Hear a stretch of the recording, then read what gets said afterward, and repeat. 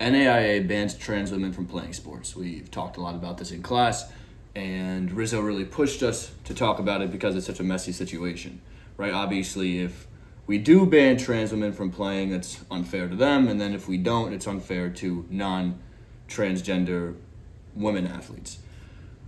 What I want to say in class was I fully support trans people, which to me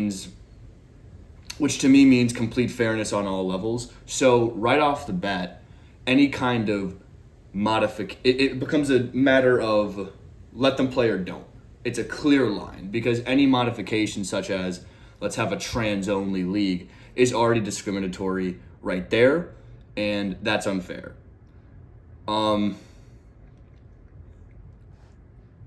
So to me, it becomes a matter of which cost is lower for the benefit of overall social gain.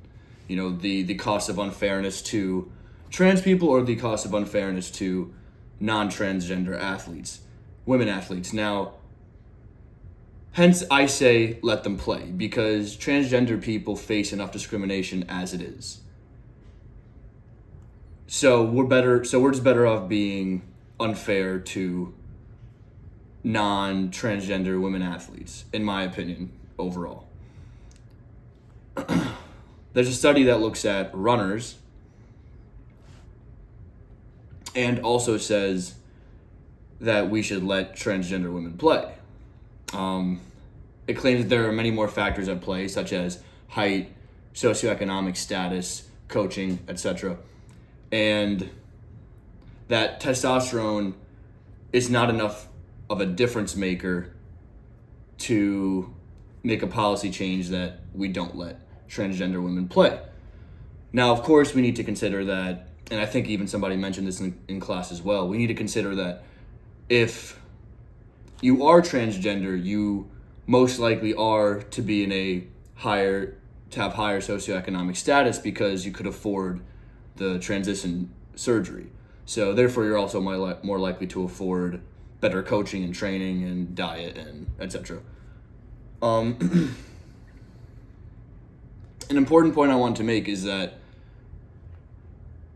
I think we can say the people who would transition just to have an advantage over women in sports, I feel like that's negligible.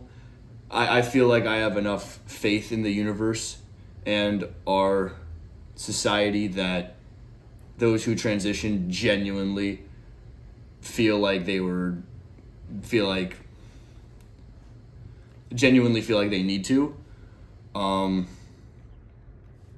then lastly, I think of, all right, let's say we have a 7-foot giant basketball man player who plays in college, and then, like Zach Edey. Let's say Zach Edey right now, I think he just finished his senior year, transitions to a woman and then declares the WNBA draft and then literally becomes the GOAT of the WNBA.